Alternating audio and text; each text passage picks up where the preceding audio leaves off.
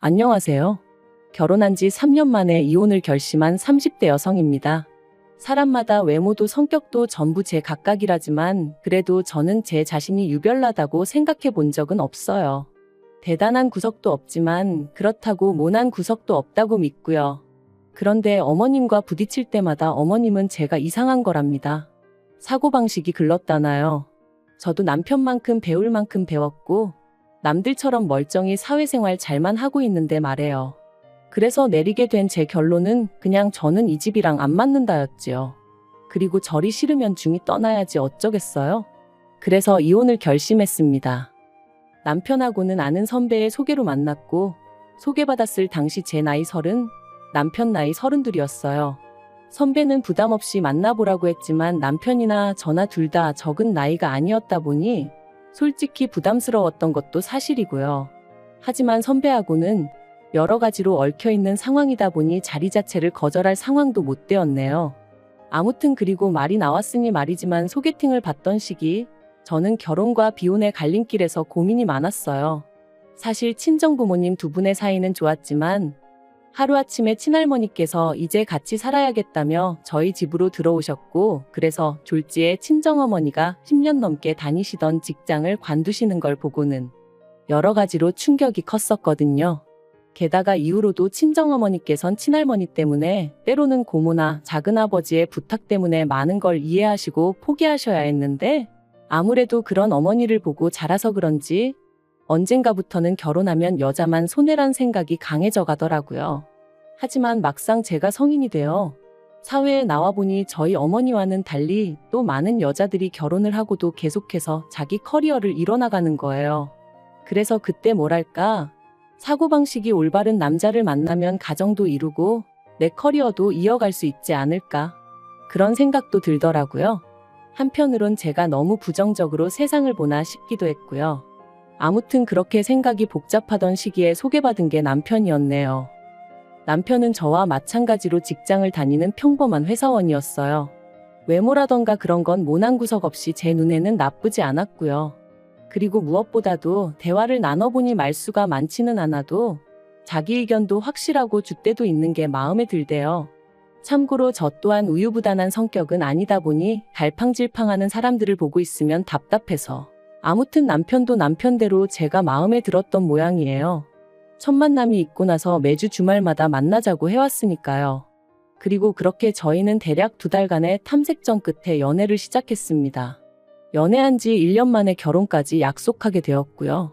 참고로 저는 못해도 인연은 만나보고 싶었지만 남편이 아버님 연세를 들먹이며 하루라도 빨리 자리 잡는 모습을 보여드리고 싶다고 저를 졸라서 어쩔 수가 없었네요.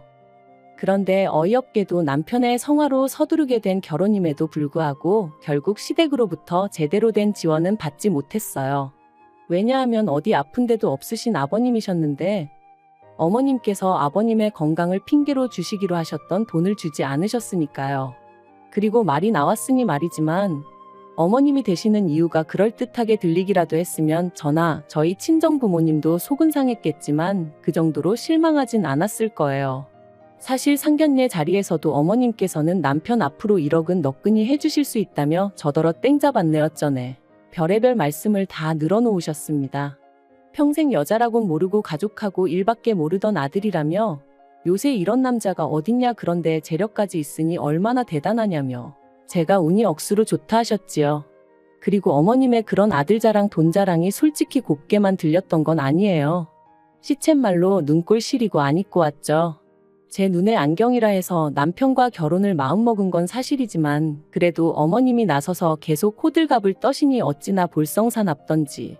하지만 저도 그렇고 저희 친정부모님도 그저 떨떠름하게 웃는 것 말고는 아무것도 못했어요. 당시 친정아버지가 작은아버지의 부탁으로 돈을 빌려주셨는데 작은아버지 사업에 문제가 생기면서 저희 친정에서는 1억씩이나 해줄 만한 상황이 못 되었거든요. 그런데 어이없게도 막상 청첩장이 나올 때까지 어머님은 이런저런 핑계로 돈을 주시지 않으시더니 결국 결혼식 2주 전 저를 불러 앉혀놓고 하시는 말씀이 아버님 연세를 생각하면 지금 당장 쓰러지셔도 이상할 게 없답니다. 그리고 그렇게 되면 병원비며 이것저것 한두 푼 들어가는 게 아닐 텐데 그때 돼서 저희한테 손 벌리고 그러면 저희도 그렇고 어머님 아버님도 얼마나 마음이 안 좋겠냐대요. 그래서 내린 결론이 당장 결혼하는데 뭐 딱히 지원해 줄 건 없고 살다가 사정 좋아지면 해주겠답니다. 그때는 솔직히 얼마나 어이가 없던지 분한 마음까지 들더라고요. 하루아침에 상황이 달라진 것도 아니고 그러면 최소한 상견례 때 예의는 갖춰주셨어야 하는 거 아닌가 싶었으니까요. 아무튼 결국 양가로부터 별다른 지원 없이 남편이 모아둔 돈과 제가 모아둔 돈 5천씩 반반 보태 그 돈으로 전세를 구했습니다. 서울이 아니었으니 다행이지 서울이었으면 어림택도 없었을 거예요. 그런데 문제는 결혼한 지 1년도 되지 않아 제가 임신을 했고 그러면서 회사를 관두게 되었어요. 사실 어떻게든 버텨보려고 했는데 입덧부터 시작해서 여러 가지로 출퇴근조차 어려운 상황이었거든요. 그리고 제가 다니던 회사는 내실이야 좋았지만 직원 수 자체는 10명 남짓의 소규모였다 보니 제가 제 몫을 제대로 해내지 못하면 안 되는 상황이었거든요. 그래서 결국 퇴사를 할 수밖에 없었는데 회사 대표부터 시작해서 같이 일하던 사람들이 더 안타까워하대요. 여담이지만 이때는 그래도 내가 인정받는 사람이긴 했구나 싶어 좀 기쁘기도 하더라고요. 아무튼 그런데 어이없게도 정작 제 퇴사를 알게 되신 어머님께서는 얼마나 노여워하셨는지 몰라요. 그것도 제 회사한테 노여워하신 게 아니라 퇴사를 했다는 사실에 노여워하셨어요. 말씀하시길 제 조건이랄 게 마음에 드는 게 없었지만 그래도 제가 제 밥벌이는 하겠구나 싶어서 허락한 결혼이었다 하시며 그런데 이제 와서 임신했다고 유세 부리냐 어떻게 남편 고생할 건 하나 생각도 안 하고 그거 좀 힘들다고 홀랑 회사를 때려치냐. 너는 그럼 앞으로 내 아들한테 기생해서 살겠다는 거냐. 이거 사기 결혼이다 하시는데 그때 어머님이 하신 말씀은 제가 죽을 때까지도 토시 하나 잊지 못할 것 같아요. 그래도 시간은 흘렀고 저는 눈에 넣어도 아프지 않을 딸아이를 낳았습니다. 솔직히 임신 사실을 확인했을 때부터 어머님은 당연히 제가 아들을 낳을 거라 믿으시는 눈치였지만 저는 아들이고 딸이고 전혀 신경 쓰지 않았어요. 그저 건강한 아이였으면 좋겠다는 거 그리고 굳이 보태자면 남편이 아닌 제 눈을 닮았으면 좋겠다는 정도였지요. 그런데 제가 딸을 낳고 나니 어머님이 임신 내내 주시겠다 하시던 조리원비도 못 준다셨습니다. 제가 당신이 부탁해서 애를 낳은 것도 아니고 좋아서 낳은 건데 왜 몸조리를 당신이 시켜줘야 하냐는 핑계를 대시면서 말해요. 하지만 계획보다 일찍 아이를 갖게 된 것도 남편이 아버님 돌아가시기 전에 손주 한번 안겨드리고 싶다 해서 가진 거였거든요. 어머님도 거의 똑같은 말씀을 하셨었고요. 그래서 이때부터는 어머님이 뭘 하시건 간에 말 그대로 콩으로 매주를 쓴다고 해도 믿지 않겠다 다짐을 했죠. 그런데 이런 상황을 알게 된 친정부모님께서 어이없다 하시더니 제 계좌로 500만 원을 보내주셨습니다. 이 돈으로 산후조리원에 가라시면서 말해요. 놀란 제가 이 큰 돈이 어디서 나셨냐 하니까 친정어머니 말씀이 친정아버지가 저 시집갈 때 뭐 하나 못 해준 게 늘 마음에 걸린다며 옆 동네 아파트의 경비로 취직을 하셨다대요. 임신한 제가 걱정하느라 스트레스 받으면 어쩌냐며 저한테는 절대로 말하지 말라셨다면서요. 그 이야기를 듣는데 말 그대로 눈물이 쏟아졌어요. 돌이켜 생각해보면 남편하고 죽고 못 살 만큼 사랑한 것도 아닌데 이런 대접받고 살자고 친정부모님 가슴에 상처내가며 결혼을 했나 싶어가지고요. 하지만 지난날 후회한다고 뭐가 달라지는 것도 아니고 그냥 그렇게 한 10분을 꺽꺽 울어대며 전화기만 붙들고 있었던 것 같아요. 그런데 황당한 건 친정부모님한테 500을 받았다는 사실을 알고서는 남편이 했던 말이었습니다. 그렇지 않아도 자기도 너무 속상해서 산후조리원비로 어머님하고 크게 다퉜다며 어머님도 미안해하고 계신다더니 한다는 말이 어머님한테 한 번 기회를 드린다 생각하고 산후조리를 어머님한테 해달라고 하면 어떻겠냐대요. 그래서 제가 제정신이냐니까 산후조리를 꼭 집안인 다른 장소에 가서 해야 할 필요는 없지 않냐는 거예요. 그리고 덧붙이기를 대신 어머님한테는 산후조리를 도와주시는 거에 대한 감사한 마음으로 200만 원 정도만 드리면 서로 묵은 감정도 풀고 여러모로 좋지 않겠냐는데 아무리 애 아빠라지만 뭐 이런 인간이 다 있나 싶었죠. 그래서 말 그대로 남편한테 네가 사람이냐 그러고는 욕을 퍼부었어요. 산후조리원 일로 남편이고 시댁이고 정이 있는 대로 떨어졌고 이후로 남편과는 애 때문에 산다는 마음으로 살았습니다. 어머님은 저에게 사과 비슷한 말 한마디조차 하신 적도 없으셨고 저를 볼 때마다 애 키우는 게 유세냐, 남들은 돈도 벌고 애도 키우고 다 하더라. 그리고 그럴 때면 저도 언젠가부터 그럼 어머님이 애 봐주실 거냐 따지고 들고, 솔직히 봐주신다고 해도 맡길 생각도 없었지만 봐줄 생각도 없으신 분이 애도 키우고 돈도 벌어오라 타박을 하시니 저도 못할 말이 없더라고요. 그리고 이런 대화가 오갈 때마다 남편은 제 편을 들어주지 않았어요. 저더러 너도 이제 엄마니까 어머님 마음을 좀 이해해드릴 수는 없냐, 그런 식이었죠. 어머님 입장에선 졸지에 외벌이를 하게 된 아들이 얼마나 안쓰러우면 그러시겠냐면서요. 저는 남편이란 사람 하나만 믿고 결혼한 건데, 그리고 제가 일을 안 하고 싶어서 안 하고 있던 것도 아닌데 남편이 계속해서 어머님을 이해하라고만 하니 얼마나 섭섭했는지 모릅니다. 그런데 사람이 죽으란 법은 없다고 그 무렵 생각지도 못한 연락을 한 통 받았어요. 그건 바로 전에 일하던 회사 대표로부터 온 전화였죠. 저더러 어떻게 지내는지 묻더니 혹시 이직했냐대요. 저는 씁쓸히 웃으며 아이 때문에 아직은 어디 다닐 형편이 못 된다 했습니다. 그랬더니 그러면 아이 문제만 해결되면 복직할 수 있는 건지 묻더라고요. 대표가 말하길 회사가 다른 회사에 흡수합병이 되었고 그로 인해 사내 어린이집도 이용할 수 있게 되었답니다. 그리고는 늘 성실하고 열심히 일하던 제가 하루아침에 임신 때문에 관둔 게 늘 마음에 걸렸다는 거예요. 그래서 사내 어린이집 얘기가 나오자마자 저한테 연락해봐야겠다는 생각뿐이었다면서, 참고로 대표 또한 애엄마였기에 제 마음을 헤아려 준 게 아닌가 싶어요. 아무튼 그렇게 저는 전 직장으로, 하지만 훨씬 더 좋은 연봉과 복지를 보장받고 복직하게 되었습니다. 그리고 그때부턴 매번 네가 빈대냐, 내 아들한테 빨대 꽂았냐, 어쩌냐 하며 막말을 퍼부으시던 어머님도 더는 아무 말도 못하시대요. 남편도 중간에서 제대로 제 편 한번 들어준 적이 없다 보니 말을 아끼는 듯 했고요. 저는 내친김에 남편에게 살림과 아이에게 들어가는 생활비를 제외하곤 전부 다 각자 관리하자 선포했어요. 누군가는 저더러 남편이 외벌이할 때는 남편한테 생활비 다 써놓고 너가 돈 벌자마자 태도를 바꾸는 게 말이 되냐 할 수도 있지만, 한 번도 생활비 넉넉하게 타 써본 적 없고 남편한테 돈 타서 쓰는 동안 제대로 된 옷 한 벌 사 입어본 적 없습니다. 대부분이 식비와 아이 육아에 들어갔기에 저는 떳떳했고, 그래서 각출해서 관리하잔 소리도 할 수 있었던 거예요. 그리고 그렇게 생활을 이어간 지 2년째 되던 해 친정어머니의 환갑이셨습니다. 애시당초 남편에게 별 기대도 없었기에 같이 뭘 해야겠다는 계획도 세우지 않았어요. 아니나 다를까 남편도 저한테 장모님 생신인데 뭐 할 거냐 그런 건 묻지도 않았고요.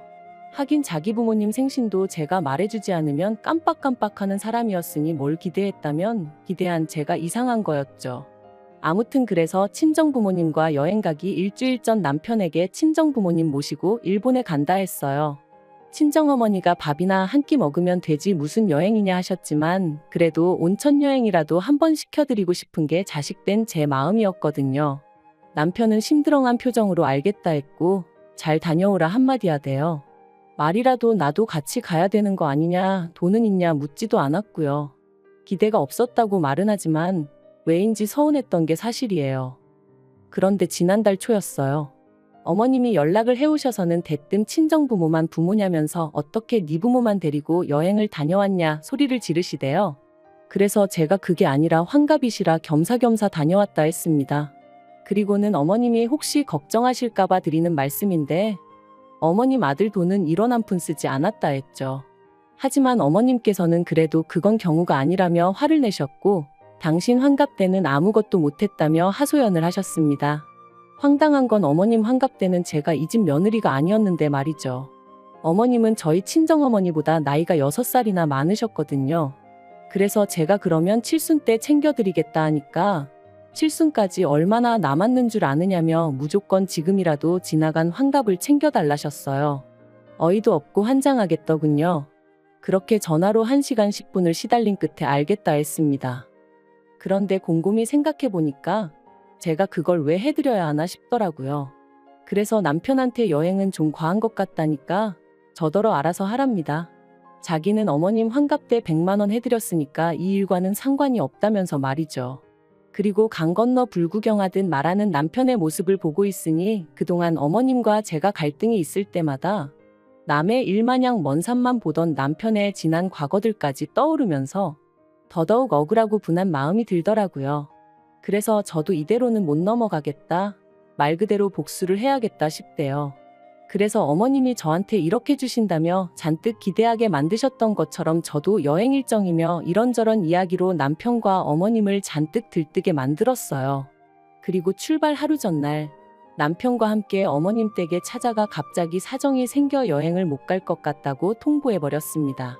영문도 모르고 같이 간 남편이 눈이 휘둥그레져서 저를 쳐다보더라고요. 그리고 역시나 제 예상대로 말 그대로 난리가 났어요. 제가 당신을 가지고 놀았다면서 세상에 이런 법이 어딨냐 하시더니 약속을 했으면 지켜야지 사람을 뭘로 보고 이런 짓을 하냐면서요.